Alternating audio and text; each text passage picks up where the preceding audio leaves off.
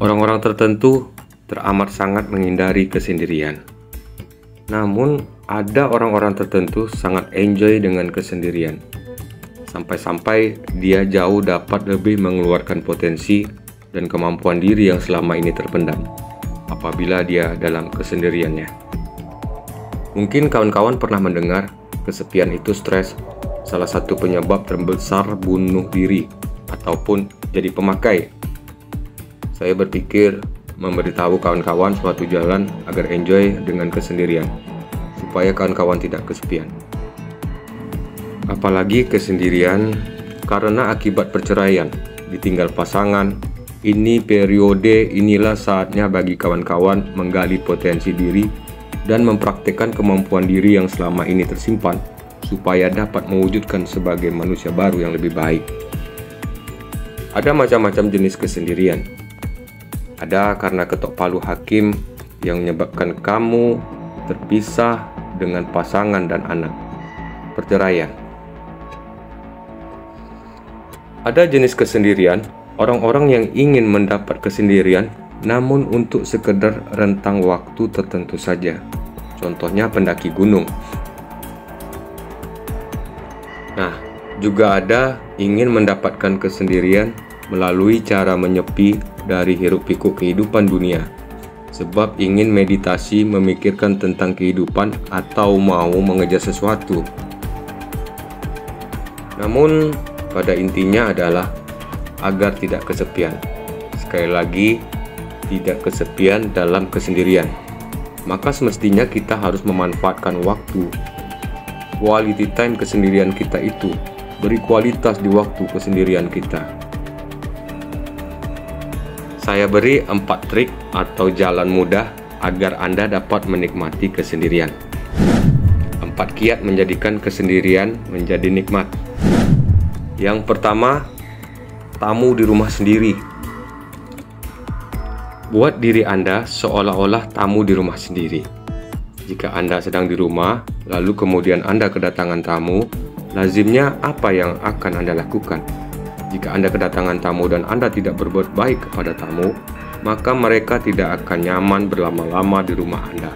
Dan hal yang sama juga berlaku pada diri Anda sendiri, sehingga Anda tidak akan happy lama-lama berada di rumah sendiri jika Anda tidak baik pada diri sendiri di rumah. Lakukan apa yang selalu Anda lakukan saat ada tamu datang ke rumah Anda. Bersihkan rumah dan kamar Anda, siapkan minuman terbaik, sediakan makanan enak, ada baiknya memberi tamu hiburan, dan lain sebagainya. Berdasarkan beberapa sumber, memiliki rumah bersih dan rapi jauh lebih menyenangkan dibandingkan berlama-lama di rumah yang amburadul. So pasti dong. Bersih-bersih juga bisa menjadi metode meditasi tidak langsung saat kita mengosongkan pikiran dan fokus pada kegiatan membersihkan. Apabila jadi Anda, mulai aja dulu untuk bersih-bersih rumah atau kamar Anda.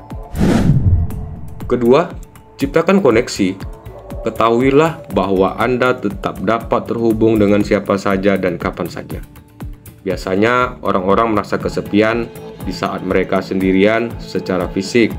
Misalnya, Anda orang yang dulu selalu bersama pasangannya setiap hari, dan ketika suatu perceraian yang memisahkan mereka terjadi, maka nggak ada lagi makan bareng berdua, ngobrol menghabiskan malam berdua, maka dia merasakan kesepian teramat dalam, teringat kenangan indah bersama yang tersisa di benaknya.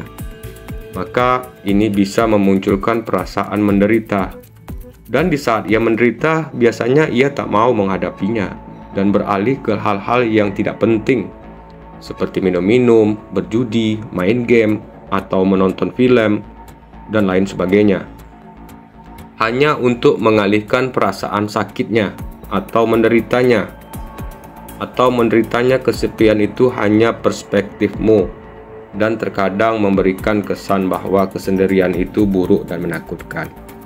Anda akan mulai membesar-besarkan hal-hal yang tidak menyenangkan atau sebaliknya. Nah, saat ini kan kita punya ponsel pintar, Android, iPhone. Ya, kita bisa kontak-kontakan dengan kawan-kawan yang lain, teleponan dengan keluarga sendiri. ataupun orang asing sekalipun lewat aplikasi sosial media sepanjang waktu. Oleh karena itu, kita tidak akan merasa kesepian meskipun secara fisik kita sendirian. Ketiga, just enjoy. Nikmati saja. Pada saat Anda menghabiskan seluruh waktu Anda dengan orang lain, maka Anda tidak akan pernah tahu apa yang terjadi di dalam diri Anda. Memang di saat kita sering sendirian terus, kita akan mulai overthinking, atau hal-hal lain membuat kita gelisah. Kita akan menghindarinya dan mengalihkan kepada hal-hal yang lain. Nah, disinilah kesalahannya ketika perasaan-perasaan gelisah itu menyeruak ke permukaan. Maka nikmati saja, hadapi saja. Ketika Anda dapat melewati perasaan-perasaan gelisah itu, kemudian introspeksi dan menemukan hal-hal yang membuat Anda gelisah, hal-hal yang perlu Anda perbaiki, dan sebagainya. Maka Anda bisa lebih mengenal diri sendiri jauh lebih dalam serta dapat menikmati kesendirian. Keempat, kejarlah mimpimu. Memang menyenangkan dikelilingi oleh orang banyak sepanjang waktu, tapi juga bisa menghalangi Anda mencapai impian, dan Anda mungkin sedang menunda cita-cita yang lama Anda cita-citakan. Dan saat Anda mencoba untuk melenceng sedikit keluar dari gerombolanmu, komunitasmu, maka Anda akan bisa menemukan perspektif baru, cara pandangan yang baru, dan motivasi yang baru, membuat lebih bersemangat untuk kembali mengejar mimpi. Dan di saat Anda mulai mengejar mimpi, maka saya yakin Anda akan mulai bisa menikmati kesendirian. Bahkan mungkin lebih bersyukur bahwa saat ini Anda masih sendirian. Gak apa-apa. Nikmati juga waktu berdua dengan Tuhanmu.